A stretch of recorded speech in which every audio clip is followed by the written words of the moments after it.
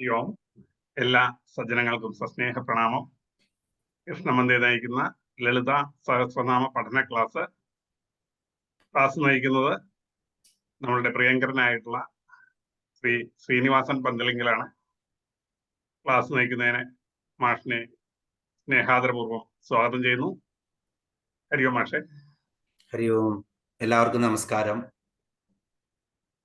സദാശിവസമാരംഭാം ശങ്കരാചാര്യമധ്യമാം അസ്മദാചാര്യപര്യന്താം വന്ദേ ഗുരുപരമ്പരാം.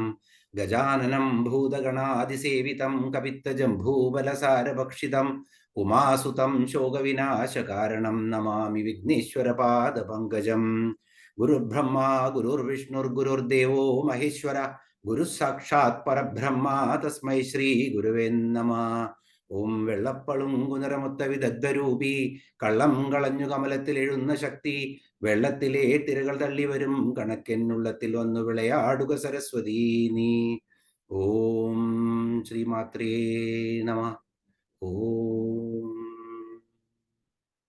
എല്ലാവർക്കും ഒരിക്കൽ കൂടി നമസ്കാരം. ഇന്ന് ഞായറാഴ്ചയ്ക്ക് പകരമായിട്ട് ശനിയാഴ്ചയാണ് നമ്മുടെ. അപ്പോൾ ചിലർക്കൊക്കെ അസൗകര്യമായിട്ടുണ്ടാവും, ചിലർക്ക് ഓർമ്മ ഉണ്ടായിട്ടുണ്ടാവില്ല. എങ്കിലും ഇടയ്ക്ക് ഒരു ചേഞ്ച് എല്ലാം വേണ്ടേ. ഞാൻ ആദ്യമായിട്ട് ഇന്നൊരു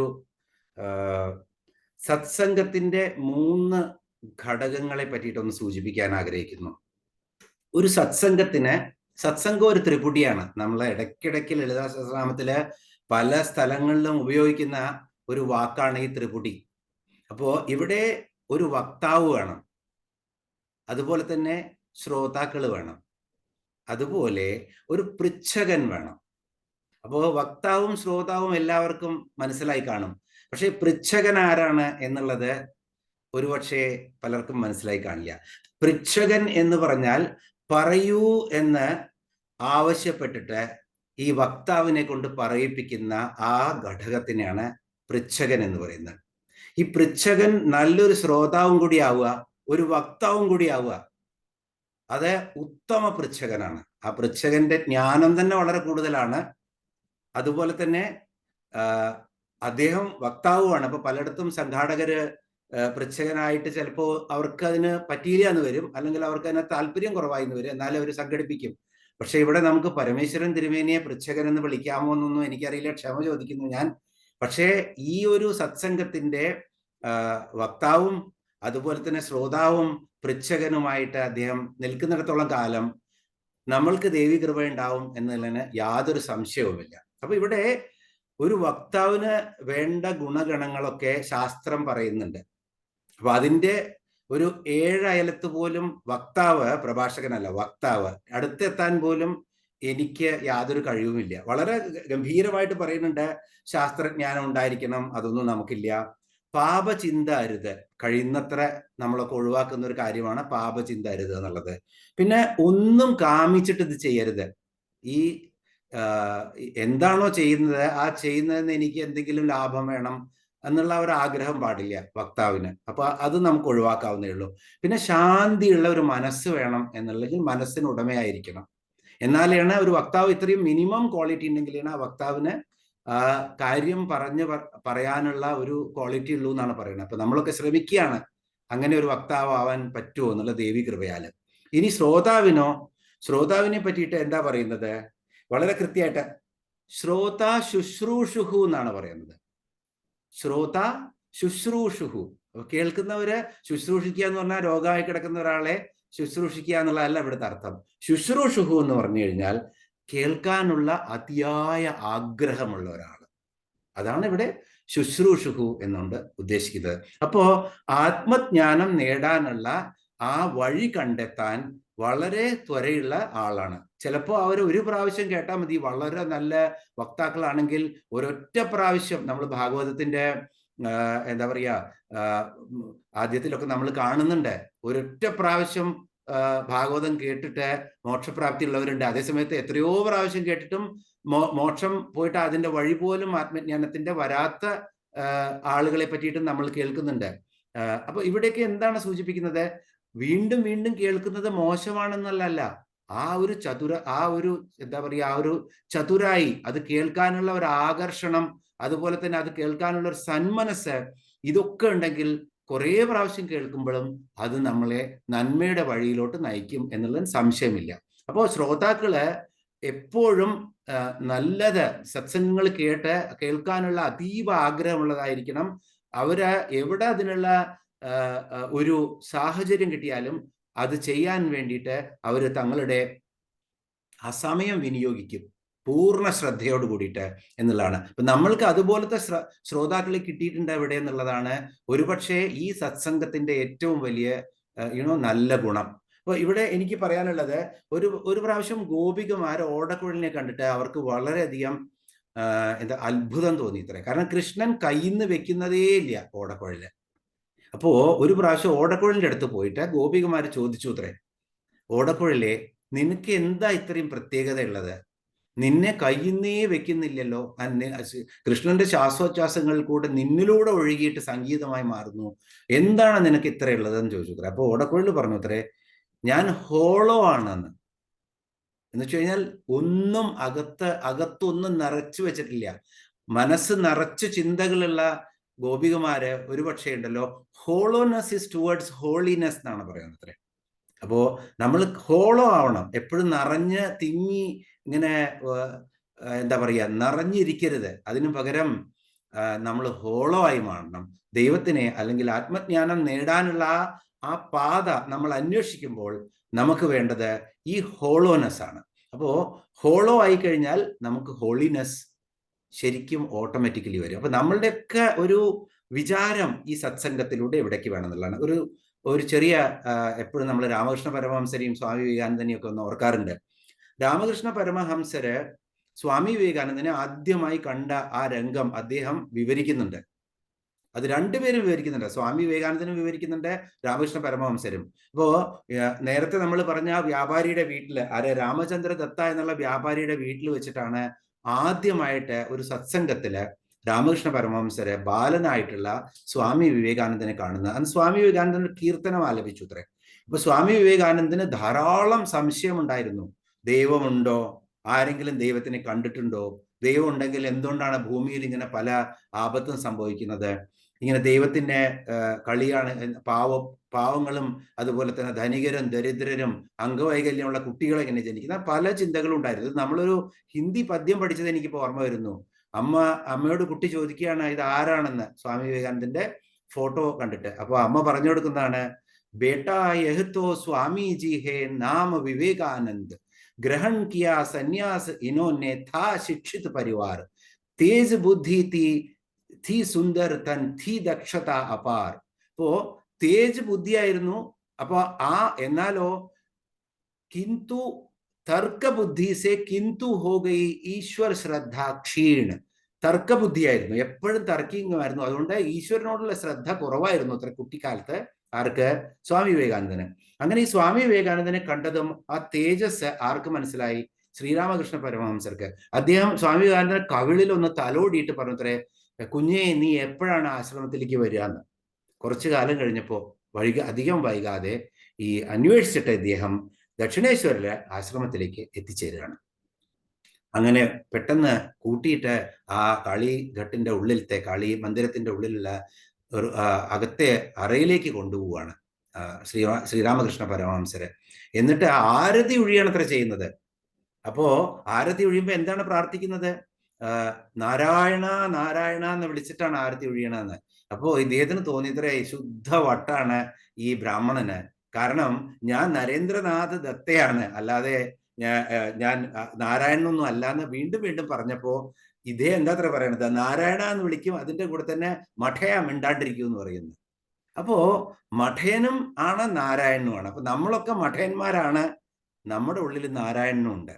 ദേവി നമ്മളെ ആ പാതയിലോട്ട് നയിക്കട്ടെ, മഠയനിൽ നിന്നും നാരായണിലേക്ക്, അല്ലെങ്കിൽ ആ നാരായണി പാദത്തിലേക്ക് നമ്മളെ നയിക്കട്ടെ എന്ന് പ്രാർത്ഥിച്ചുകൊണ്ട് നമുക്ക് തുടങ്ങാം. ഓക്കെ, നമ്മള് കഴിഞ്ഞ പ്രാവശ്യം മജ്ജൽ കാമേശ മാനസ എന്നുള്ള മന്ദസ്മിത പ്രഭാപൂര മജ്ജത് കാമേശ മാനസ എന്നുള്ള 28ാമത്തെ നാമമാണ് നമ്മൾ കണ്ടത്. അപ്പൊ ഇവിടെ ആ ഒരൊറ്റ പുഞ്ചിരി, ദേവിയുടെ ഒരു പുഞ്ചിരി കൊണ്ട് കാമേശ്വരനായ ശിവന്റെ മനസ്സിനെ പോലും അലിയിപ്പിച്ച് പ്രേമാകർഷണമാക്കാൻ, കാരണം കാമനെ ജയിച്ചതാണ്, കാമനെ ദഹിപ്പിച്ചു കളഞ്ഞ ശിവനാണ് എന്ന് കഴിയുമെങ്കിൽ ആ ദേവിയുടെ ശക്തി എന്തായിരിക്കും നമ്മളെ പോലത്തെവരെ ദേവിയിലേക്ക് ആകർഷിച്ച് നമുക്ക് ആത്മജ്ഞാനം തരാനെന്നുള്ളതിന് മനസ്സിലാക്കാൻ പറഞ്ഞിട്ടാണ് നമ്മൾ കഴിഞ്ഞ പ്രാവശ്യം നിർത്തിയത്. ഇവിടെ തന്നെ ദേവി മഹാത്മ്യത്തിൽ ഒരു ശ്ലോകം ഉണ്ടത്രേ, ഉണ്ടത്രേന്നല്ല, ഉണ്ട് എന്നുള്ളതാണ്. അത് ഞാൻ വായിക്കാം ആ ശ്ലോകം. ജ്ഞാനിനാം അഭിചേതഹാംസി ദേവി ഭഗവതി ഹിസ ബലാദാകൃഷ്യ മോഹായ മഹാമായ പ്രയച്ഛതി.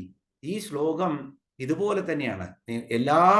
നിങ്ങളുടെ ജ്ഞാന ഇന്ദ്രിയങ്ങളെയൊക്കെ ജ്വലിപ്പിച്ചുകൊണ്ട് ദേവി നിങ്ങളെ കൈപിടിച്ചുയർത്തും എന്ന് ഇതിന് പൊതുവെ എന്തും സാധിക്കാൻ, ഇപ്പൊ അവിടെ ഇന്റർവ്യൂവിന് പോവുകയാണെന്നുണ്ടെങ്കിൽ ഈ മന്ത്രം ഒരു 36 പ്രാവശ്യമോ അല്ലെങ്കിൽ 51 പ്രാവശ്യമോ ജപിച്ചു പോയി കഴിഞ്ഞാൽ എന്താണോ ഉദ്ദേശിച്ചത് അത് നടക്കും എന്നുള്ളതാണ് ശാസ്ത്രങ്ങൾ എഴുതി വെച്ച സത്യമാണിത്. ഇത് നമുക്ക് ഇങ്ങനെയുള്ള ശാസ്ത്രങ്ങളാണ് നമ്മൾ പഠിക്കുന്നത് എന്ന് ഓർക്കണം. നമ്മൾക്ക് വേഗം തന്നെ ശ്ലോകം 12ാമത്തെ ശ്ലോകത്തിലേക്ക് പ്രവേശിക്കാം. അനാകലിത സാദൃശ്യ ചിബുകശ്രീ വിരാജിത കാമേശബദ്ധമാംഗല്യ സൂത്രശോഭിത കന്ദര. അനാകലിത സാദൃശ്യ ചിബുകശ്രീ വിരാജിത, 16 അക്ഷരങ്ങളുള്ള ഒരൊറ്റ ശ്ലോകം, ഒരൊറ്റ നാമമാണ്. കാമേശബദ്ധമാംഗല്യ സൂത്രശോഭിത കന്ധര, ഒറ്റ നാമമാണ്, അതും ഒരുമിച്ച് വായിക്കണം. ഓക്കെ. അനാകലിത സാദൃശ്യ ചിബുകശ്രീ വിരാജിത. ഇവിടെയോ ദേവിയുടെ ചിബുകമാണ്. അപ്പൊ നമ്മളെല്ലാം കണ്ടു വന്നു. നമ്മൾ രതനച്ഛതങ്ങളെ പറ്റി കണ്ടു, പിന്നെ ചുണ്ടുകളെ കണ്ടു, ചുണ്ട് കണ്ട് പല്ല് കണ്ടു. ഇനി പല്ലിന്റെ താഴെ എന്താണ് വരുന്നത്? കീഴ്ചുണ്ടിന്റെ താഴത്തെ ഭാഗം, അതാണ് നമ്മൾ താടി എന്ന് പറയുന്നത്. അപ്പൊ ഇവിടെ എന്താണ് ഈ താടിയെ പറ്റിയിട്ട് എന്താ പറയണേ? അനാകലിത സാദൃശ്യം. ചിബുകം അല്ലെങ്കിൽ ചുബുകം രണ്ടും പറയാം. ചിബുകശ്രീ അല്ലെങ്കിൽ ചുബുകശ്രീ. ഇവിടെ ദേവിയുടെ ആ ചുബുകം എന്ന് വെച്ച് കഴിഞ്ഞാൽ ആ താടി അല്ലെങ്കിൽ കീഴ്ചുണ്ടിന് താഴത്തുള്ള ആ ഭാഗം, ഇത് അനാകലിത സാദൃശ്യമുള്ളതാണ്. എന്ന് വെച്ച് കഴിഞ്ഞാൽ താരതമ്യം ചെയ്യാനേ പറ്റില്ല. വസിന്യാദി ദേവതകൾ പറയാണ്, ഇതിനെ ഒരു കാരണവശാലും താരതമ്യം ചെയ്യാൻ എത്ര അന്വേഷിച്ച് നടന്നിട്ടും വശിന്യാദി ദേവതകൾക്ക് ഒരു വാക്കും കിട്ടുന്നില്ല. അപ്പോ ആകലനം ചെയ്യുക എന്ന് പറഞ്ഞാൽ താരതമ്യം ചെയ്യുക. അനാകലിത സാദൃശ്യം എന്ന് വെച്ച് കഴിഞ്ഞാൽ താരതമ്യം ചെയ്യാൻ പറ്റാത്ത രീതിയിലുള്ള അത്രയും മനോഹരമായിട്ടുള്ള ചിബുകശ്രീയാണ് ആ ആഭ, ആ സൗന്ദര്യമാണ് അത്രയും മനോഹരമായി. അതുകൊണ്ട് വിരാജിതയാണ് ദേവി എന്നാണ് പറയുന്നത് ഇവിടെ. അപ്പോ വശിന്യാദി വാഗ്ദേവതകൾക്ക് വാക്ക് മുട്ടിപ്പോവുകയാണ് എങ്ങനെയെങ്കിലും താരതമ്യം ചെയ്യണമെന്ന്. അപ്പൊ ഇവിടെ ഒന്ന് ആലോചിച്ച് നോക്കൂ, നമ്മള് താരതമ്യം ചെയ്യാൻ പറ്റാത്തൊരു വസ്തുവിനെ കിട്ടിക്കഴിഞ്ഞാൽ പിന്നെ നമ്മൾ മറ്റൊന്ന് അന്വേഷിച്ച് പോവോ? ഇപ്പൊ മാർക്കറ്റില് ഏറ്റവും നല്ല ഒരു ഇലക്ട്രോണിക് സാധനം വന്നിട്ടുണ്ട്. എവ്രിബഡി നോസ് ഇതാണ് ബെസ്റ്റ്. അപ്പൊ നമ്മൾ മറ്റൊന്നും അന്വേഷിച്ചു പോവില്ല, ഇത് തന്നെ സെലക്ട് ചെയ്യും.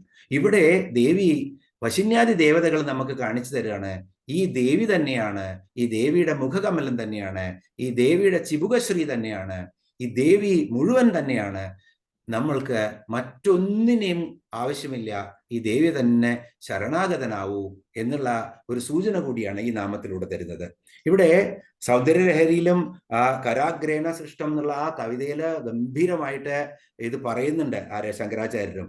കാരണം ശങ്കരാചാര്യർ പറയുന്നത്, ഹിമവാൻ ദേവി പാർവതിയായിരിക്കുന്ന സമയത്ത് പിതാവായ ഹിമവാൻ വളരെ അത്രയും സ്നേഹത്തോടു കൂടി സ്പർശിച്ചിട്ടുള്ള ചിബുകമാണ് ദേവിയുടെ, ഇങ്ങനെ തൊട്ടിട്ടും പിടിച്ചിട്ടും ഒക്കെ. ആ ഹിമവൽ കരങ്ങളെ കൊണ്ട് ലാളിക്കപ്പെട്ടിട്ടുള്ള ആ പാർവതിയുടെ ആ ചിബുകശ്രീ. അതുപോലെ തന്നെ കാമേശ്വരനാൽ ആ മുഖകമലം കാണണം, അതിനകത്തെ എൻ്റെ പ്രതിബിംബം കാണണം എന്ന് പറഞ്ഞ് ആ ചിബുകം നമ്മൾ താടി പിടിച്ച് ഉയർത്തില്ലേ? നമ്മള് എത്രയോ പ്രാവശ്യം കാമേശ്വരൻ താടി പിടിച്ച് ഉയർത്തിയതാണ് ആരുടെ?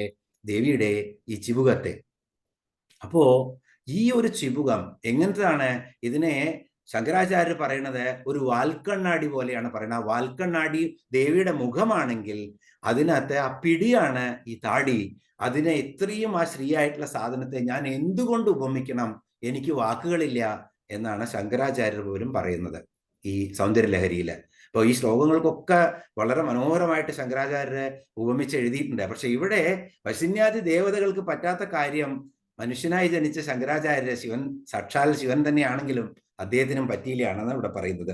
ഇനി വേറൊന്ന് ഇവിടെ അടുത്ത ശ്ലോകം, കാമേശബദ്ധ മാംഗല്യ സൂത്രശോഭിത കന്ധര. അപ്പോ ഇത് എത്രാമത്തെയാണ്? 30ാമത്തെ നാമമാണ്.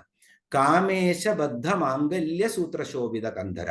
ഇവിടെ നമ്മൾ കണ്ടു ദേവി ഇങ്ങനെ ആ ചിദഗ്നികുണ്ട സംഭൂതയായിട്ട് ഉയർന്നു വരുമ്പോൾ ആ ദേവിക്ക് ദേവതകളെല്ലാവരും കൂടി വലിയ പുരം പണിയിപ്പിച്ചു കൊടുത്ത് അതിനകത്തിരുത്തുമ്പോൾ ദേവന്മാർ പ്രാർത്ഥിക്കുകയാണ്, ഈ ഭണ്ഡാസുര നിഗ്രഹത്തിന് ഞങ്ങൾക്ക് ദേവിക്ക് ഒരു അനുരൂപനായ വരനെ വേണം, ഭർതൃമതിയാവണം ദേവി എന്ന് പറഞ്ഞ് പ്രാർത്ഥിക്കുമ്പോൾ ത്രിമൂർത്തികൾ വരികയാണെന്നാ പറയുന്നത്. ത്രിമൂർത്തികൾ വരുന്നിട്ട് ത്രിമൂർത്തികൾ അവർ ആരെ വേണമെങ്കിലും സ്വീകരിച്ചു കൊള്ളുവാൻ പറയുന്നു എന്നാണ് പറയുന്നത്. അപ്പൊ ആ ദേവി തൻ്റെ കയ്യിലിരിക്കുന്ന വരണമാല്യം ചുഴറ്റിയെറിയുന്നു. അത് കാമേശ്വരന്റെ കണ്ടത്തിലാണ് വീഴുന്നത്. അപ്പൊ എല്ലാ ജന്മങ്ങളിലും നമ്മൾ നേരത്തെ കണ്ടതുപോലെ തന്നെ ഉമാമഹേശ്വരന്മാരായിട്ട് ഇവര് ലീലകൾ ആടി ഈ പ്രപഞ്ചത്തെ ഇങ്ങനെ കൊണ്ടാടി നടക്കുകയാണ് ആര്? ഈ ദേവിയും അതുപോലെ പരമേശ്വരനും. അപ്പോ അങ്ങനെ ആ മാല വീണപ്പോൾ അദ്ദേഹം ദേവിയിൽ അനുരക്തനാവുകയും അങ്ങനെ ബ്രഹ്മാവും വിഷ്ണുവും കൂടി ആ കല്യാണം ആ ദേവിയുടെയും ആ മാംഗല്യം നടത്തിക്കൊടുത്ത് അങ്ങനെ മംഗളസൂത്രം ബന്ധിച്ചു. ദേവിയുടെ എവിടെയാണ്? കഴുത്തിൽ ബന്ധിച്ചു എന്നാണ് പറയുന്നത്. എന്താണ് ശ്ലോകം?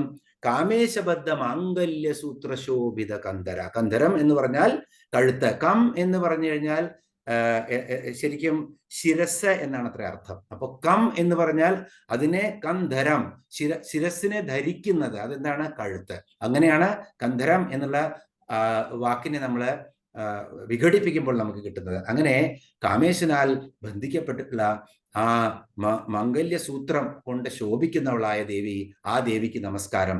ഇവിടെ ദേവി കാമേശന് അടിപ്പെട്ടവളാണെന്നും അതുപോലെ തന്നെ ദേവി 3 ത്രിമൂർത്തികളുടെയും അമ്മയായിരിക്കാനുള്ള കെൽപ്പുള്ള ദേവിയായിട്ട് കൂടി ഇവിടെ കാമേശ്വരനായിട്ട് പതിവ്രതയായിട്ടുള്ള ദേവിയാണെന്ന് കൂടി ഇവിടെ സൂചിപ്പിക്കുന്നുണ്ട്. അതുകൊണ്ട് ദേവി ഓരോ ജന്മത്തിലും മഹാദേവന്റെ പത്നിയായിട്ട് ഈ ലോക സൃഷ്ടി നടത്തിക്കൊണ്ടിരിക്കുകയാണ് എന്നുള്ളത് നമുക്കിവിടെ കൃത്യമായിട്ട് കാണാം. കാമേശബദ്ധ മാംഗല്യ സൂത്രശോഭിത കന്ധര എന്നുള്ള ആ ഒരു ഒരൊറ്റ വാക്കുള്ള ഒരൊറ്റ നാമമാണത്. ശ്ലോകം 13ലേക്ക് പോവാം നമുക്ക്. കനകാംഗത കേയൂര കമനീയ ഭുജാന്യുത രത്നഗ്രൈവേയ ചിന്താകലോല മുക്താഫലാന്യുത. എല്ലാം മുഴുവൻ ശ്ലോകങ്ങളാണ്, 2 നാമങ്ങളാണ്, 16 അക്ഷരം വീതമുള്ളത്. കനകാംഗത കേയൂര കമനീയ ഭുജാന്യുത രത്നഗ്രൈവേയ ചിന്താകലോല മുക്താഫലാന്യുത. ഇവിടെ രത്നഗ്രൈവേയ ചിന്താക എല്ലാം സ്പ്ലിറ്റ് ചെയ്ത് വായിച്ചു കഴിഞ്ഞാൽ അതിന്റെ അർത്ഥം തന്നെ മാറിപ്പോവും. അപ്പൊ ഒരുമിച്ച് വായിക്കണം. അപ്പൊ ഇവിടെ എന്താണ് ഈ ദേവിയുടെ? അപ്പൊ നമ്മൾ ഇത് മുഖം മുഴുവൻ കണ്ടു, കന്ധരം കണ്ടു, ദേവിയുടെ കഴുത്ത് കണ്ടു. ഇനിയോ കനകാംഗത കേയൂര കമനീയ ഭുജാന്യത. ഇനി ഭുജങ്ങളാണ് ദേവിയുടെ. കൈകളെ പറ്റിയിട്ടാണ് വർണ്ണിക്കുന്നത്. എങ്ങനെയാണ്? കനകാങ്കിതങ്ങളായിട്ടുള്ള കേയൂരങ്ങളും അതുപോലെ തന്നെ അംഗതങ്ങളും രണ്ടുമുണ്ട്. അപ്പോ ഇവിടെ ഭുജം എന്ന് പറഞ്ഞാൽ ദേവിയുടെ കൈകളാണ്. അത് കനകം എന്ന് പറഞ്ഞാൽ ഏറ്റവും ശോഭിക്കുന്ന സ്വർണമാണ് കനകം. അംഗതം എന്ന് പറഞ്ഞാൽ കൈമുട്ടിന് തൊട്ട് മുകളിൽ ധരിക്കുന്ന ആ വളയ്ക്കാണ് എന്ത് പറയുന്നത്? അംഗതം എന്ന് പറയുന്നത്. കേയൂരം എന്ന് പറഞ്ഞാൽ തോളിൽ ധരിക്കുന്ന തോൾ വളയാണ്. അപ്പോ കനകാംഗത, കനകം കൊണ്ടുള്ള ആ അംഗതവും കേയൂരവും ദേവി ധരിച്ചിട്ടുണ്ട്. അപ്പോൾ അംഗതവും കേയൂരവും പൊതുവെ യുദ്ധസന്നദ്ധരായി നിൽക്കുന്ന ആ ശക്തിശാലികളായ പോരാളികളുടെ കൂടി ലക്ഷണമാണ്. അപ്പൊ ഇവിടെ എന്തിനാണ് ദേവി ആവിർഭവിച്ചിരിക്കുന്നത്? ഭണ്ഡാസുര നിഗ്രഹത്തിനാണ്. ഇവിടെ ഈ ലളിതാ പരമേശ്വരിയായിട്ടുള്ള ത്രിപുരസുന്ദരി ഉദ്ഭവിച്ചിരിക്കുന്നതിന്റെ ലക്ഷ്യം ഇവിടെ എന്താണ്? ഭണ്ഡാസുര നിഗ്രഹത്തിന്. അപ്പോ ദേവി ഇവിടെ ആ ശക്തി സമാഹരിച്ച് തന്റെ ശക്തി കാണിക്കുകയാണ്. അംഗതങ്ങളും കേയൂരങ്ങളും അണിഞ്ഞിട്ടുണ്ട് എന്നുള്ളത് നമ്മൾക്ക് കൃത്യമായി മനസ്സിലാക്കാം. അന്യുത എന്ന് ധാരാളം സ്ഥലത്ത് വരും. അന്യുത എന്ന് പറഞ്ഞാൽ അന്യയായവൾ, അന്യുതയായവൾ, അല്ലെങ്കിൽ ചേർന്നിരിക്കുന്നവൾ, അല്ലെങ്കിൽ ധരിച്ചിരിക്കുന്നവൾ എന്നൊക്കെയാണ് അർത്ഥം. അപ്പോ ദേവിയുടെ ഭുജങ്ങളില് അംഗതവും എന്ന് വെച്ച് കഴിഞ്ഞാൽ കൈമുട്ടിന് മുകളിലുള്ള വളയും കേയൂരവും അംഗതവും തോൾവളയും ധരിച്ചിട്ടുണ്ട് ദേവി. വളരെ മനോഹരമായിട്ടുള്ളതാണ് എന്നുള്ളത് ഇവിടെ നമ്മൾ മനസ്സിലാക്കുക. അപ്പോ കനകാംഗത കേയൂര കമനീയ ഭുജാന്യുത. അടുത്ത നാമം എന്താണ്? രത്നഗ്രൈവേയ ചിന്താക ലോലമുക്ത ഫലാന്യുത. രത്നഗ്രൈവേയ ചിന്താക ലോലമുക്ത ഫലാന്യുത. ഇവിടെ ഗ്രീവ എന്ന് പറഞ്ഞാൽ വീണ്ടും എന്താണ്? കഴുത്താണ്. അപ്പോ കഴുത്തിൽ എന്താണ്? ഗ്രൈവേയം. ഗ്രീവ, ഗ്രൈവേയം. ഗ്രൈവേയം എന്ന് പറഞ്ഞു കഴിഞ്ഞാൽ കഴുത്തിൽ അണിയുന്ന നെക്ലേസ് എന്ന് പറയാം നമുക്ക് ശുദ്ധമായ ഭാഷയിൽ. കഴുത്തിൽ അണിയുന്ന ആ കണ്ഠാഭരണം, ഇങ്ങനെ പറ്റിച്ച് കെട്ടുന്ന മനോഹരമായിട്ടുള്ള കണ്ഠാഭരണമാണ്. അതെങ്ങനെയാണ്? രത്നം കൊണ്ടുള്ളതാണ്. രത്നഗ്രൈവേയ ചിന്താകം. അതിനകത്തൊരു ചിന്താകമുണ്ട്. ചിന്താകം എന്താണ്? പതക്കം. അങ്ങനെ ആ കെട്ടി ഇരിക്കുന്ന ആ മനോഹരമായിട്ടുള്ള ആ രത്നനിർമ്മിതമായിട്ടുള്ള അതിലൊരു ചിന്താകമുണ്ട്, ഒരു പതക്കമുണ്ട്. രത്നഗ്രൈവേവ ചിന്താക ലോലമുക്ത ഫലാന്യത. മുത്തുമണികളാൽ അങ്ങനെ കിലുങ്ങുന്ന മുത്തുമണികൾ ഇട്ടിട്ടുള്ള ഒരു നല്ല ഭംഗിയുള്ള ഒരു ചിന്താകം ദേവി ധരിച്ചിട്ടുണ്ട്. അന്യുതയാണ്, അതും കൂടി ധരിച്ചവളാണ് ദേവി എന്നുള്ളതാണ് ഇവിടെ പറയുന്നത്. രത്നഗ്രൈവേയ ചിന്താക ലോലമുക്ത ഫലാന്യുത. അപ്പൊ ഇവിടെ വേറൊരു സൂചന കൂടി നമുക്കുണ്ട്. ദേവിയുടെ എത്രയും മനോഹരമായ രൂപമാണ് ഇവിടെ വർണ്ണിക്കുന്നത്. അതിൻ്റെ കൂടെ തന്നെ നമ്മൾ ഇതിനെ ഒന്ന് പദങ്ങളെ മുറിച്ച് നമ്മളൊന്ന് അനലൈസ് ചെയ്തു കഴിഞ്ഞാൽ, ഒന്ന് അതിൻ്റെ ഉള്ളിലേക്ക് ഒന്ന് ഇറങ്ങിച്ചെന്ന് കഴിഞ്ഞാൽ എന്താണ് നമുക്ക് കാണാൻ കിട്ടുന്നത്? ചിന്താകന്മാരെ പറ്റിയിട്ടാണ് ഇവിടെ പറയുന്നത്. എന്തൊക്കെ ചിന്തകന്മാരാണ്? ചിന്താകൻ എന്നുള്ളതിന് പകരം ചിന്തകൻ എന്നാക്കി കഴിഞ്ഞാൽ 3 തരത്തിലുള്ളത്: ഗ്രൈവേയന്മാര്, ലോലന്മാര്, മുക്തന്മാര്. എന്തൊക്കെയാ ഇവിടെ പറയുന്നത്? രത്നഗ്രൈവേയ ചിന്താക ലോല മുക്ത ഫലാന്യത. ഗ്രൈവേയന്മാര്, ലോലന്മാര്, മുക്തന്മാര്. ഈ 3 തരത്തിലുള്ള ആളുകളാണ് ഈ പ്രപഞ്ചത്തിൽ ഭക്തന്മാരായിട്ടുള്ളത്, അല്ലെങ്കിൽ ഈ പ്രപഞ്ചത്തിലുള്ള മനുഷ്യന്മാര്. ഈ 3 ഗണത്തിലും നമ്മൾക്ക് സർവ പ്രപഞ്ചത്തിലെ മനുഷ്യന്മാരെയും സനാതന ധർമ്മ വിശ്വാസികളെ പെടുത്താം. അതിനകത്ത് നമ്മളുടെ കാറ്റഗറി ഏതാണെന്ന് നമുക്ക് കണ്ടുപിടിക്കുകയും ചെയ്യാം. അപ്പൊ ഇവിടെ ഗ്രൈവേയന്മാരെ എന്ന് പറഞ്ഞാൽ നമ്മൾ കണ്ടു, ഗ്രൈവേയം എന്ന് പറഞ്ഞാൽ കഴുത്താണ്. അപ്പൊ കണ്ഠത്തിന് മുകളിലേക്ക് മാത്രമേ ഉള്ളൂ. അവര് ധാരാളം പറഞ്ഞു നടക്കും.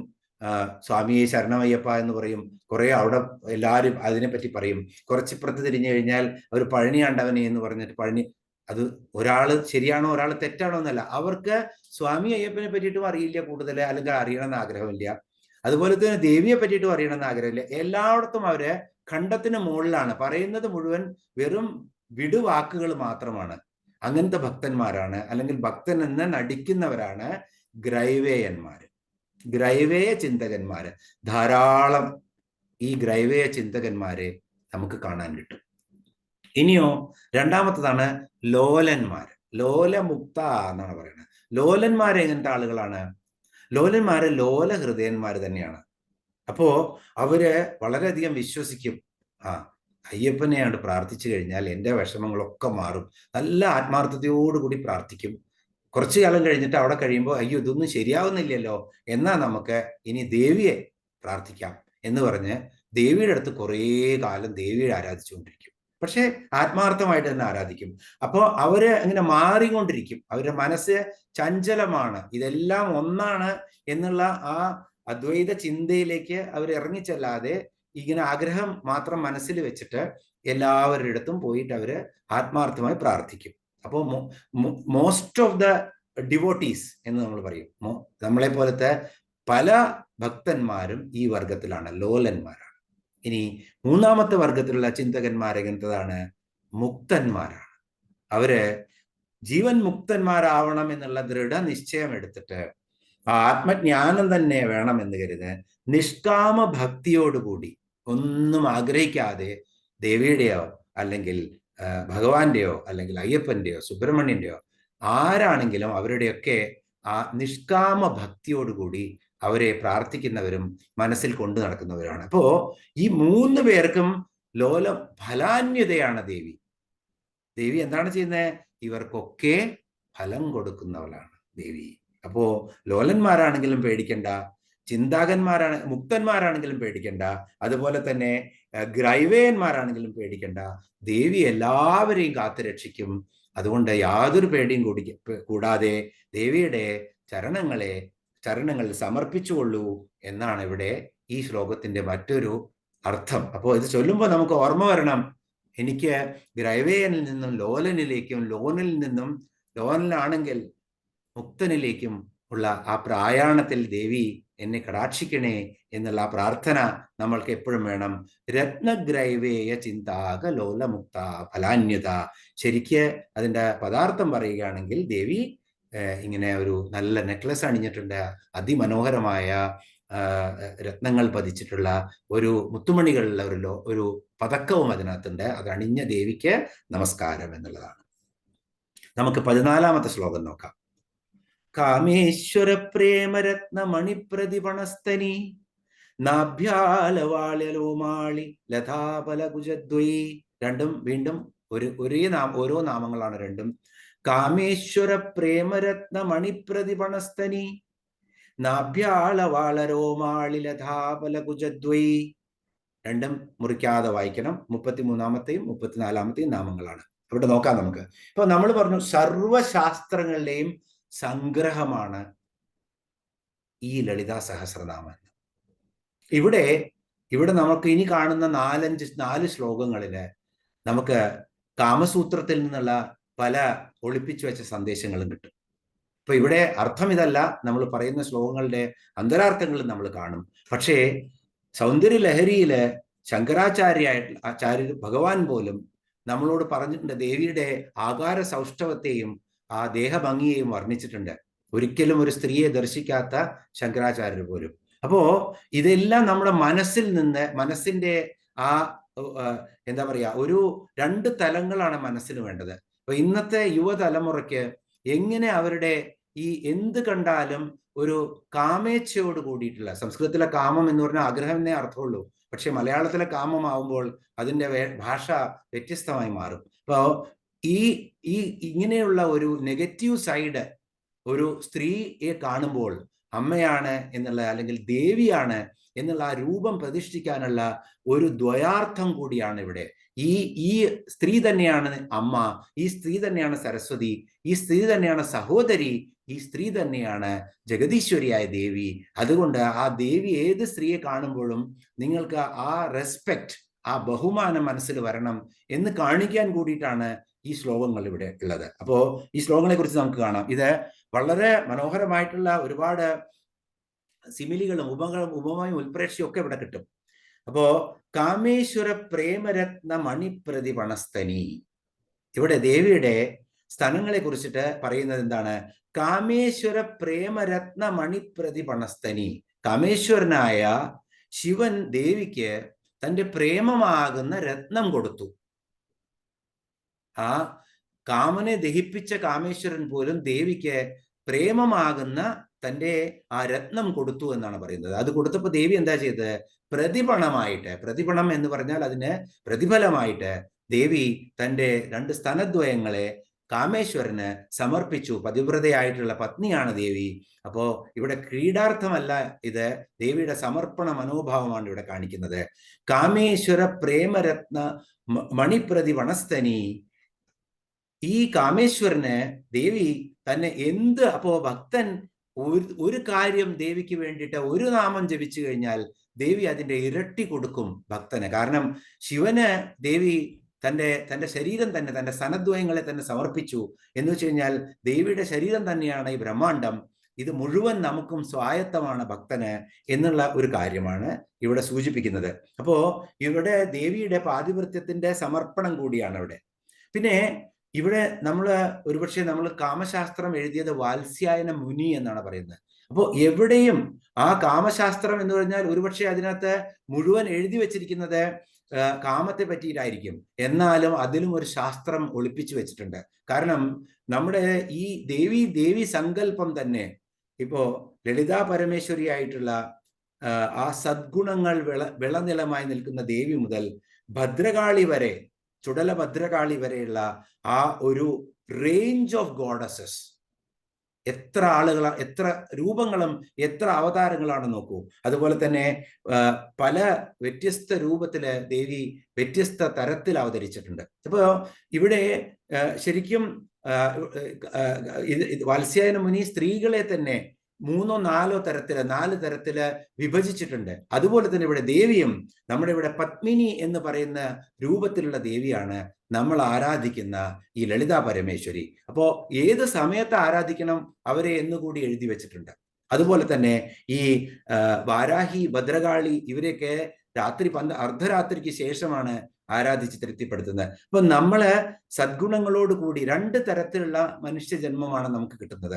നമ്മുടെ മനസ്സില് 2 തരത്തിലുള്ള ചിന്തകളാണുള്ളത്. ഒന്ന് വളരെ ശാന്തമായിട്ടുള്ള ചിന്താശക്തിയോട് കൂടിയിട്ടുള്ളത്.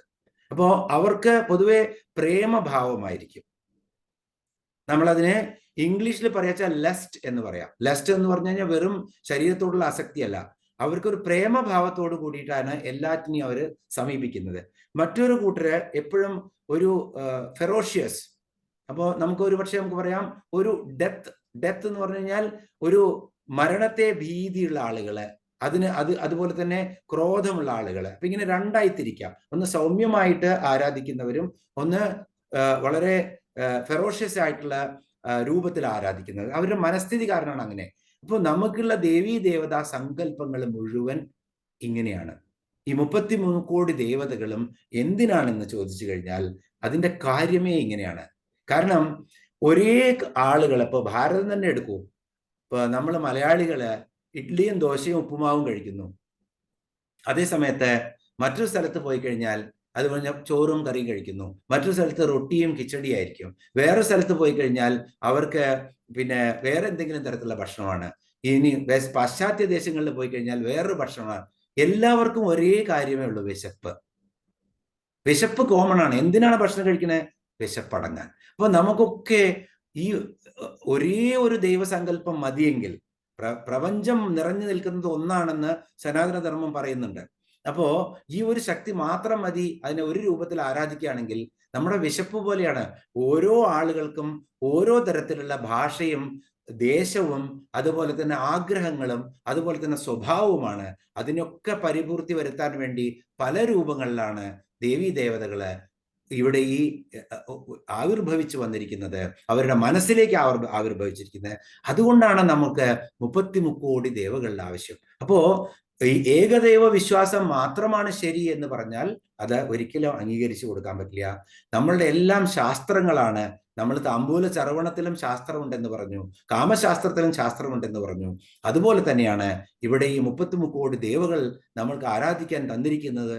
നമ്മളുടെ ആഗ്രഹത്തിനനുസരിച്ചും നമ്മുടെ സ്വഭാവത്തിനനുസരിച്ചും നമ്മുടെ ആവശ്യത്തിനനുസരിച്ചും എങ്ങനെ ആത്മജ്ഞാനം നേടാം എന്നുള്ള ആ വഴിയിലേക്ക് പോകാനുള്ളതാണ് എന്നുള്ള തത്വം കൂടി നമ്മൾ മനസ്സിലാക്കണം ഇവിടെ.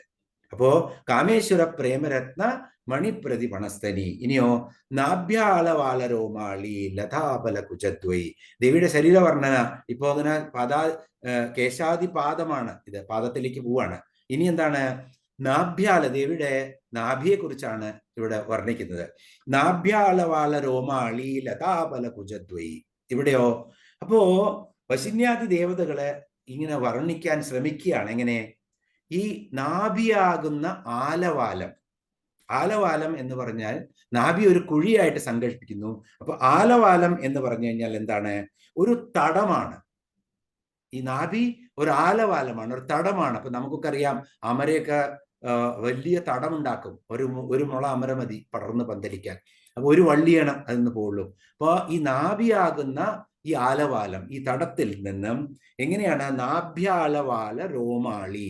ഇതിന്ന് ഇങ്ങനെ രോമരാജി, വളരെ നനുത്ത രോമരാജി ദേവിയുടെ നാഭിയിൽ നിന്നും മുകളിലോട്ട് പോകുന്നു എന്നാണ് പറയുന്നത്. അത് എങ്ങനെയാണ് പറയുന്നത്? ഇത് ലത എന്നാണ് പറയുന്നത്. ലത, ആ ഒരു വള്ളി പോലെ ഈ നനുത്ത രോമങ്ങള് നാഭിയാകുന്ന ആലവാലത്തിൽ നിന്നും ഒരു വള്ളി പോലെ ആ രോമരാജികൾ ഇങ്ങനെ പോവുകയാണ് മനോഹരമായിട്ട് എന്ന് വശിന്യാദി ദേവതകള് വിവരിക്കുകയാണ്. എന്നിട്ടോ അതിൽ നിന്നും വന്നിട്ടുള്ള 2 ഫലങ്ങളെ പോലെ ആ ദേവിയുടെ കുചദ്വയങ്ങള് 2 വശത്തും, അപ്പോൾ ഒരു ചെറിയ വള്ളിയിൽ നിന്നും വരുന്ന 2 ഫലങ്ങളെ പോലെ ദേവിയുടെ ഈ ബ്രഹ്മാണ്ടത്തിലെ എല്ലാ ജീവജാലങ്ങൾക്കും പാലൂട്ടി വളർത്താനുള്ള അല്ലെങ്കിൽ പോഷകം കൊടുക്കാനുള്ള ആ സ്തനദ്വയങ്ങൾ, ആ വിശാലമായ സ്തനദ്വയങ്ങൾ അങ്ങനെ നിറഞ്ഞു നിൽക്കുന്ന ആ വക്ഷസ്സിനെയാണ് ഇവിടെ നാഭ്യാളവാല രോമാളി ലതാബല കുജദ്വയി എന്ന് പറയുന്നത്. അപ്പൊ ഇവിടെ ഉൽപ്രേക്ഷയാണ് അലങ്കാരം. കാരണം സാദൃശ്യം എങ്ങനെയാണ്? ഒന്നിനോടൊന്ന് ഉപമയാണെങ്കിൽ എന്താ പറയുക? സാദൃശ്യമാണ് പറയുന്നത്. ഇവിടെ സാദൃശ്യം പറയുന്നില്ല. എന്താണ്? മറ്റൊന്നിൻ ധർമ്മയോഗത്താൽ അതുതാനല്ലയോ ഇത് എന്ന് വർണ്ണ്യത്തിൽ ആശങ്ക ഉൽപ്രേക്ഷാക്കിയ അലങ്കൃതി.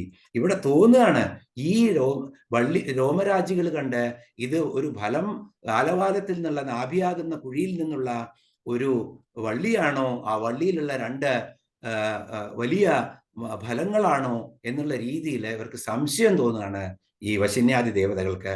അത്രയും മനോഹരമായിട്ടാണ് ഇവിടെ വർണ്ണിച്ചിരിക്കുന്നത്. ഇതൊക്കെ നമ്മളായിട്ടുള്ള സാധാരണക്കാരെ കാണിക്കാൻ വേണ്ടി മാത്രം വർണ്ണിക്കുകയാണ്. ഇപ്പൊ ദേവി മംഗലസൂത്രം അണിഞ്ഞു എന്ന് പറയും. സർവമംഗളമാംഗല്യേ എന്നാണ് ദേവിയെ നമ്മൾ വിളിക്കുന്നത്. സർവമംഗളമാംഗല്യായിട്ടുള്ള ദേവിക്ക് കാമേശ്വരന്റെ മംഗലസൂത്രത്തിന്റെ ആവശ്യമുണ്ടോ? ഇത് നമ്മൾക്ക് വേണ്ടിയിട്ടാണ്. അപ്പോ ഇവിടെ നമ്മൾക്ക് ആ ദേവിയുടെ ആ ശരീരം ഇങ്ങനെ വരച്ച് കാണിച്ചു തരാൻ വേണ്ടിയിട്ടാണ് ഇവിടെ പറയുന്നത്. ശങ്കരാചാര്യരും വളരെ ഗംഭീരമായിട്ട് സൗന്ദര്യലഹരിയിൽ ഈ ശ്ലോകം പറഞ്ഞിട്ടുണ്ട്. ഇത് ശിവന്റെ ക്രോധാഗ്നി ഇങ്ങനെ ആ കാമൻ കത്തിയെരിയാണ് ശിവന്റെ ക്രോധാഗ്നിയില്. അപ്പോ ഈ ദേവിയുടെ ആ നാഭിയാകുന്ന ആ തടത്തിലേക്ക് അല്ലെങ്കിൽ ആ തടാകത്തിലേക്കാണ് കാമൻ പെട്ടെന്ന് മുങ്ങുന്നത് അത്രേ, ഇങ്ങനെ കത്തിയെരിയുമ്പോൾ. അപ്പൊ ആ പുകയാണോ എന്ന് സംശയിക്കുന്ന രീതിയിലുള്ള രോമരാജികളാണ് എന്നാണ് ശങ്കരാചാര്യര് ഇവിടെ വിശേഷിപ്പിച്ചിരിക്കുന്നത്. എങ്ങനെയൊക്കെ ഉപമിക്കാൻ പറ്റും എന്ന് നമുക്ക് വിശ്വസിക്കാൻ പോലും പറ്റില്ല. അപ്പോ ഇവിടെ ഈ ഒരു ശ്ലോകത്തില് അതിഗംഭീരമായിട്ടുള്ള വർണ്ണന തന്നെയാണ്. ഗംഗയിലെ ചുഴിയായിട്ടും ശങ്കരാചാര്യര് ഈ നാഭിയെ വിശേഷിപ്പിക്കുന്നുണ്ട് ദേവിയുടെ. അപ്പോ നാഭ്യാലവാല രോമാളി ലതാവല കുജത്വയി, ദേവിയുടെ സ്ഥലങ്ങളെയാണ് ഇവിടെ വർണ്ണിച്ചിരിക്കുന്നത്. നാഭിയാകുന്ന ആലവാലത്തിൽ നിന്നും ആ തടത്തിൽ നിന്നും രോമരാജികളായ വള്ളികളായി നിൽക്കുന്ന രണ്ട് ഫലങ്ങളാണോ ദേവിയുടെ കുജങ്ങൾ എന്ന രീതിയിലാണ് ഇവിടെ പറഞ്ഞിരിക്കുന്നത്. അപ്പോ ഈ സംസാരത്തിന് മുഴുവൻ പോഷണം ചെയ്യാനുള്ള ആ മാതാവിന്റെ സന്നദ്ധത കൂടിയാണ് ഇവിടെ വരച്ചു കാട്ടുന്നത്. ഇനി നമുക്ക് ശ്ലോകം 15 പോവാം. ലക്ഷ്യരോമലതാധാരത സമുന്നേയ മധ്യമ സ്തനഭാരതലൻ മധ്യ പട്ടബന്ധ വലിത്രയ. ഇത് ഒരുപാട് തെറ്റിച്ചിട്ട് ധാരാളം ചൊല്ലിപ്പഠിക്കുന്ന ആളുകളുണ്ട്. കാരണം പണ്ട് നമ്മളൊക്കെ കേട്ടിരുന്ന ഒരു ലളിതാ സഹസ്രനാമം കാസറ്റില് ഇത് വളരെ തെറ്റിച്ചിട്ടാണ് ചൊല്ലിയിരുന്നത്. ലക്ഷ്യരോമലതാധാരത എന്ന് പറയണം. ലക്ഷ്യരോമലതാധാര താസമുന്നേയ മധ്യമ ഇങ്ങനെ പറയും. അങ്ങനെ ഒരു വാക്കേ ഇല്ല, താസമുന്നേയ മധ്യമാണ്. അപ്പൊ ഇവിടെ ലക്ഷ്യരോമലതാധാരത, ആധാരത എന്നാണ് അവിടെ. സമുന്നേയ മധ്യമ. ഈ 35ാമത്തെ ശ്ലോകത്തിന്റെ വീണ്ടും സംശയിക്കുകയാണ്. എന്താണ്? ഈ രോമരാജികളെ കണ്ടു, ലക്ഷ്യരോമ. എന്തെങ്കിലും ഒരു ആധാരം ഈ ലതയ്ക്ക് വേണമല്ലോ. ഈ രോമരാജികളാകുന്ന ഈ ലതയ്ക്ക് അല്ലെങ്കിൽ ഈ വള്ളിക്ക് നേരത്തെ കണ്ടതിന് എന്തെങ്കിലും ഒരു ആധാരം വേണം. ലക്ഷ്യമായത് എന്ന് വെച്ചാൽ കാണത്തക്കതായിട്ട് എന്തെങ്കിലും ഈ രോമലതയ്ക്ക്, രോമരാജിയാകുന്ന ഈ വള്ളികൾക്ക് എന്തെങ്കിലും ആധാരത വേണം, എന്തെങ്കിലും ആധാരമായിരിക്കണം എന്നുള്ള ഒരു ഊഹം ഇങ്ങനെ വരുമ്പോഴാണ് ഊഹിക്കപ്പെടുന്നത്. എന്താണ് ഊഹിക്കുന്നത്? ദേവിയുടെ അരക്കെട്ടായിരിക്കും. അപ്പൊ അരക്കെട്ട് കാണാനില്ല. ഏറ്റവും കൃശഗാത്രിയായിട്ടുള്ള അരക്കെട്ടാണ് ദേവിയുടെ. ഇതൊക്കെ സാമുദ്രിക ശാസ്ത്രത്തിലെ സൗന്ദര്യ ലക്ഷണങ്ങളാണ് പറയുന്നത്. ദേവിയുടെ അരക്കെട്ട് കാണാനേ ഇല്ല എന്ന രീതിയിൽ അത്രയും കൃശമായിട്ടാണ് ഇരിക്കുന്നത് എന്നാണ് ഇവിടെ സൂചിപ്പിക്കുന്നത്. അപ്പോ ലക്ഷ്യരോമലത, ഇതിന്റെ ആ രോമരാജികളാകുന്ന ലതയ്ക്ക് എന്തെങ്കിലും ആധാരം വേണമല്ലോ ഇത് ഉത്ഭവിച്ചിരിക്കുന്നത് എന്ന് തോന്നിയിട്ട് സമുന്നയം അങ്ങനെ ഊഹിക്കപ്പെടുന്നതായിരിക്കുന്നത് എന്താണ്? ദേവിയുടെ മധ്യഭാഗമാണ്. മധ്യമ എന്ന് പറഞ്ഞാൽ മധ്യഭാഗം, അരക്കെട്ട് വളരെ കൃശമായിട്ടാണ്. അപ്പൊ ഇവിടെ ദേവിയുടെ മധ്യഭാഗം കാണാനില്ല എന്ന് പറഞ്ഞാൽ വേദാന്തപരമായിട്ടൊന്ന് ചിന്തിച്ചു നോക്കൂ. മദ്യം ഉണ്ടെങ്കിൽ ആദിയും അന്തവും ഉണ്ടായിരിക്കും. ആദിയും അന്തവും ഉണ്ടെങ്കിൽ മദ്യം ഉണ്ടാവും. മദ്യം ഉണ്ടെങ്കിൽ ആദിയും അന്തവും ഉണ്ടാവും എന്ന് തീർച്ചയാണ്. അപ്പോ ദേവിയുടെ അരക്കെട്ട് കാണാനില്ല, മധ്യഭാഗം കാണാനില്ല എന്ന് പറഞ്ഞാൽ ദേവിക്ക് ആദിയും അന്തവുമില്ല. ദേവി അഖിലാണ്ടേശ്വരിയായ ദേവി, ഈ ചരാചരങ്ങളുടെ ജനനിയായ ദേവി ആദിയും അന്തവും ഇല്ലാത്തവളാണ്. ഇപ്പോ ഏത് ബ്രഹ്മാവിന് പോലും ബ്രഹ്മാവിന്റെ കാലം കഴിഞ്ഞു കഴിഞ്ഞാൽ വീണ്ടും ജനിക്കണം. വിഷ്ണുവിന് ഓരോരോ അവതാരങ്ങൾ എടുത്ത് ഭൂമിയിൽ വരണം. പക്ഷേ ദേവിക്ക് അതിൻ്റെ ആവശ്യമില്ല.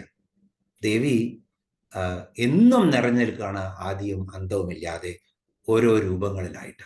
അപ്പോ ഈ ഒരു സൂചന കൂടി ഇവിടെയുണ്ട്. ഇത് ലക്ഷ്യരോമലതാധാരത സമുന്നയ മധ്യമ. ആധാരത എന്ന് പറഞ്ഞാൽ ആധാരമായിരിക്കണം എന്ന അവസ്ഥയാണ് ആധാരത.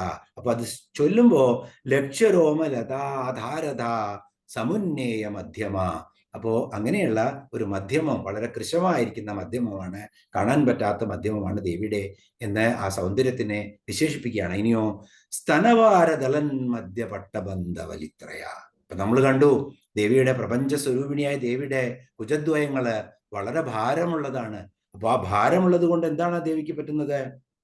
ആ ദലൻ മദ്യം, ദലൻ എന്ന് പറഞ്ഞാൽ ദളിതമാവുക, മുറിഞ്ഞു പോവുക. ദളത് എന്ന് പറഞ്ഞാൽ മുറിഞ്ഞു പോവുക.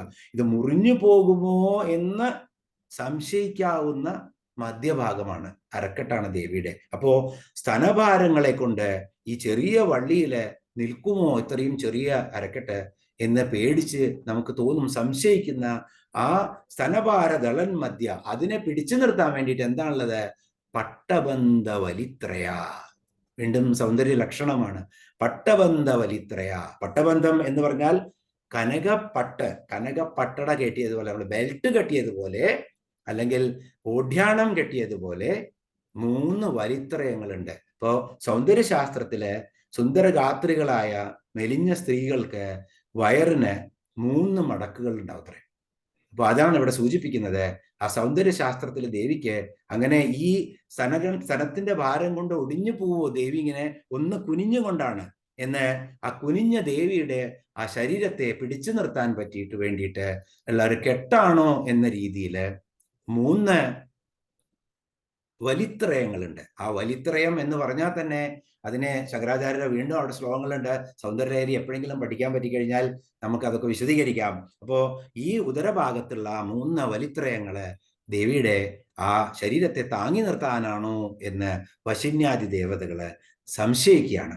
അപ്പൊ ഇവിടെയും ദേവിയുടെ സൗന്ദര്യത്തിന്റെ ആ മുഴുവൻ ലക്ഷണവും നമുക്ക് കാണിച്ചു തരികയാണ്. ഫിസിക്കൽ ബോഡി ഇങ്ങനെ കാണിച്ചു തന്നിട്ട്, അതാണ് ഇവിടെ. അപ്പോ ഇവിടെയൊക്കെ നമുക്ക് മനസ്സിലാക്കേണ്ട ഒരു കാര്യം, ഈ ഒരു നമ്മൾ നേരത്തെ ഒരു ശ്ലോകത്തില് നമ്മൾ കണ്ടു ഈ ദേവിയുടെ നാഭ്യാലവാള രോമാളി ലതാബല കുജത്വി. 2 കുജങ്ങളിൽ നിന്നും നാഭിയിലേക്ക് ഒരു വര വരച്ചു കഴിഞ്ഞാൽ അതൊരു അധോമുഖ ത്രികോണമായി മാറും. ഈ അധോമുഖ ത്രികോണത്തിനെ ധ്യാനിക്കുന്ന ഒരു തന്ത്രശാസ്ത്രത്തിലെ ഒരു ധ്യാനമുണ്ട്. മനസ്സിലുള്ള എല്ലാ വേണ്ടാത്ത ചിന്തകളെയും ദേവിയുടെ ഈ അധോമുഖ ത്രികോണത്തെ ധ്യാനിച്ചു കഴിഞ്ഞാൽ മാറ്റിയെടുക്കാൻ പറ്റും എന്നാണ് പറയുന്നത്. എല്ലാവിധ നമ്മുടെ മനസ്സിലുള്ള ചീത്ത വിചാരങ്ങളെയും, എന്താണെങ്കിലും അത് ക്രോധമായിട്ടുള്ള വിചാരമാണെങ്കിലും വേണ്ടില്ല, കാമമായിട്ടുള്ള വിചാരമാണെങ്കിലും വേണ്ടില്ല, ദ്വേഷമാണെങ്കിലും വേണ്ടില്ല, ഈ ഒരു ആരാധനാ സമ്പ്രദായമാണ് അധോമുഖ ത്രികോണമായിട്ടുള്ള ദേവിയുടെ ഈ രൂപം ധ്യാനിക്കുക എന്നുള്ളത്. അപ്പൊ നമ്മൾക്കൊക്കെ ഈ ധ്യാനത്തോടു കൂടി നമ്മളുടെ യുവതലമുറയ്ക്കൊക്കെയും ഇതാണ് പഠിപ്പിച്ചു കൊടുക്കേണ്ടത്. അതിനു വേണ്ടിയിട്ട് തന്നെയാണ് ശങ്കരാചാര്യ പോലും ഇതെല്ലാം എഴുതി തന്നത്. ഈ മാതൃസ്വരൂപിണിയായ ദേവിയെ സങ്കല്പിച്ചിട്ട് നമ്മുടെ എല്ലാ വേണ്ടാത്ത ചിന്തകളും നമ്മൾക്ക് മാറ്റിവെക്കാൻ പറ്റണം എന്നുള്ള സൂചനയാണ് ഇവിടെ തരുന്നത്. ഇനി നമുക്ക് 16ാമത്തെ ശ്ലോകത്തിൽ പോവാം. അരുണാരുണ കൗസുംഭ വസ്ത്രഭാസ്വക്കഴീതടി രത്നകിങ്കിണികാരമ്യ രശനാദാമഭൂഷിത. വീണ്ടും 37ഉം 38ഉം ഓരോ ശ്ലോകങ്ങളാണ്, മുറിക്കേണ്ട ആവശ്യമില്ല. അരുണാരുണ കൗസുംഭ വസ്ത്രഭാസ്വക്കടീതടി രത്നകിങ്കിണികാരമ്യ രശനാദാമഭൂഷിത. ഇവിടെ അരുണാരുണ കൗസുംഭം. അപ്പൊ അരുണൻ എന്ന് പറഞ്ഞാൽ നമ്മൾ പലതവണ കണ്ടു, ഉദയസൂര്യനെ തെളിച്ചു കൊണ്ടുവരുന്ന ആ ഉദയത്തിന് മുന്നേ ഉള്ള ആ അരുണപ്രഭയാണ്. അത് ഉദയസൂര്യന്റെ തേരാളിയാണ് അരുണൻ എന്നാണ് സങ്കല്പം. അപ്പൊ അരുണൻ വരുമ്പോഴാണ് ആ മഞ്ഞപ്പട്ട് പുതച്ചിട്ടുള്ള ചുമപ്പ് നിറത്തിന്റെ ആ ഭംഗി വരുന്നത്. അപ്പോ അങ്ങനത്തെ അരുണനും അരുണൻ, അപ്പോ നല്ല ചുവപ്പാണെന്നാണ് പറയുന്നത്. അരുണ കൗസുംഭ വസ്ത്ര ഭാസ്വത്കടീതടി. അപ്പൊ കൗസുംഭ പുഷ്പം ഒരു പൂവാണ്. കൗസുംഭം എന്ന് പറഞ്ഞാൽ നല്ല ചുമന്ന നിറമുള്ള പൂവാണ്. ഇപ്പൊ ഗുജറാത്തിലൊക്കെ കേശുദാനി പൂൽ എന്ന് പറയും. അത് പിഴിഞ്ഞു കഴിഞ്ഞാൽ നല്ല കളർ കിട്ടും. നമ്മളെ ചെമ്പരത്തി അതേപോലെ കടുത്ത നിറമുള്ള, പക്ഷെ ചെമ്പരത്തിന്റെ നീരിന് അധികം ചുമപ്പുണ്ടാവില്ല. അപ്പൊ ഈ കൗസുംഭ പൂവിന്റെ നീര് കൊണ്ട് അങ്ങനെ ചുമപ്പിച്ച വസ്ത്രമാണ് ദേവിയുടെ പട്ട്. അപ്പൊ നമുക്ക് ചുവന്ന പട്ട് എന്നിവിടെ സങ്കല്പിക്കാം. അരുണ കൗസുംബ വസ്ത്രം, വളരെ അരുണന്റെയും അരുണിമയുള്ള വളരെ ചുവപ്പ് നിറമുള്ള ആ കൗസുംബ വസ്ത്രം, കൗസുംബ പുഷ്പത്തിന്റെ നീര് കൊണ്ട് അല്ലെങ്കിൽ ചുമന്ന പട്ട്, ആ പട്ടുള്ള വസ്ത്രം എടുത്തിട്ടുള്ള ആ വസ്ത്ര ഭാസ്വത് കടീതടി, ഭാസ്വൽ എന്ന് പറഞ്ഞാൽ ശോഭിക്കുകയാണ്, ഭാസുരയായിരിക്കുകയാണ് ദേവി. വസ്ത്ര ഭാസ്വത് കടീതടി, കടീതട പ്രവേശം എന്ന് പറഞ്ഞാൽ മധ്യഭാഗം, ദേവിയുടെ അരക്കെട്ടിനെയാണ് ഇവിടെ വിശേഷിപ്പിക്കുന്നത്. ആ അരക്കെട്ട് ഇങ്ങനെ അരുണാരുണ കൗസുംബ വസ്ത്രത്തോടു കൂടി, വളരെ ചുവന്ന പട്ടോട് കൂടിയിട്ട് അങ്ങനെ ആ ഭംഗിയുള്ള ആ പട്ടോട് കൂടി ആ കടീതട പ്രദേശത്തെ ദേവി അങ്ങനെ മറച്ചിരിക്കുന്നു, അല്ലെങ്കിൽ ആ പട്ടുടുത്തിരിക്കുന്നു ദേവി മനോഹരമായിട്ട്. ഇപ്പൊ വർണ്ണങ്ങൾ ഇങ്ങനെ വരികയാണ്, വീണ്ടും വീണ്ടും നമ്മളെ മനസ്സിനെ, ആ ചുവപ്പ് വർണ്ണം നമ്മൾ എപ്പോഴും ഇങ്ങനെ ആലോചിക്കണം. ആ വർണ്ണത്തോടു കൂടി ദേവി നമ്മുടെ മനസ്സിൽ അങ്ങനെ കുടിയേറി പാർക്കാൻ വന്നുകൊണ്ടിരിക്കുകയാണ്. ഇനിയോ രത്നകിങ്കിണികാരമ്യ രശനാദാമഭൂഷിത, ഒറ്റ നാമമാണ്, രത്നകിങ്കിണികാരമ്യ രശനാദാമഭൂഷിത. ഇവിടെ ഈ പട്ടുവസ്ത്രത്തെ ഒന്ന് പിടിച്ചു കെട്ടാനെന്ന മാതിരി ദേവി അരയിൽ ഒരു അരഞ്ഞാണം ധരിച്ചിട്ടുണ്ട്. അപ്പോ ഇവിടെ എന്തിനാണ് പറയുന്നത്? രശനാദാമത്തിനെയാണ് പറയുന്നത്. അപ്പൊ ദാമം എന്ന് പറഞ്ഞാൽ, അല്ലെങ്കിൽ രശനാദാമം എന്ന് പറഞ്ഞാലും, രശനം എന്ന് പറഞ്ഞാലും ചരടാണ്, ദാമം എന്ന് പറഞ്ഞാലും ചരടാണ്. ദാമോദരൻ എന്നൊക്കെ നമുക്കറിയാം. ദേവിയെ കൃഷ്ണനെ ദാമം ചരട് കൊണ്ട് ഉദരത്തിൽ ബന്ധിച്ചിരിക്കുകയാണ്. അപ്പോ ഇവിടെ വളരെ രമ്യമായിട്ടുള്ള, എങ്ങനത്താണ്? രത്നകിങ്കിണികാരമ്യ, രത്നകിങ്കിണികളുണ്ട്. എന്തിലാണുള്ളത്? ഈ രമ്യമായിട്ടുള്ള രത്നകിങ്കിണികളുള്ള രശനാദാമമാണ്. ആ അരഞ്ഞാണ ചരടിന്റെ മുകളില് രത്നകിങ്കിണികൾ ഇങ്ങനെ കെട്ടിയിട്ടിട്ടുണ്ട്, ഭംഗിയുള്ള രത്നകിങ്കിണികളെ. ദേവി വന്ന് ഇങ്ങനെ അനങ്ങിക്കഴിഞ്ഞാൽ ആകെ ഒരു കിലുകിലാരവമായിരിക്കും. ഒന്ന് സങ്കല്പിച്ചു നോക്കൂ, ആ ശബ്ദവും ആ നിറവും തമ്മിലുള്ള ആ ഒരു ആ കോമ്പിനേഷൻ നമ്മളിങ്ങനെ വിസ്മയിപ്പിച്ച് കളയും, മാസ്മരമാക്കി കളയും നമ്മളെ. ആ ശബ്ദവും ആ പിന്നെ വർണ്ണവും തമ്മിലുള്ള ആ കോമ്പിനേഷൻ. അപ്പൊ ഇവിടെ ഈ മനോഹരമായിട്ടുള്ള രത്നങ്ങളായിട്ടുള്ള കിങ്ങിണികള് ഉള്ള ആ ഒരു എന്താണ് രശനാദാമം. രശനാദാമം എന്ന് പറഞ്ഞാൽ അരഞ്ഞാണച്ചരട്.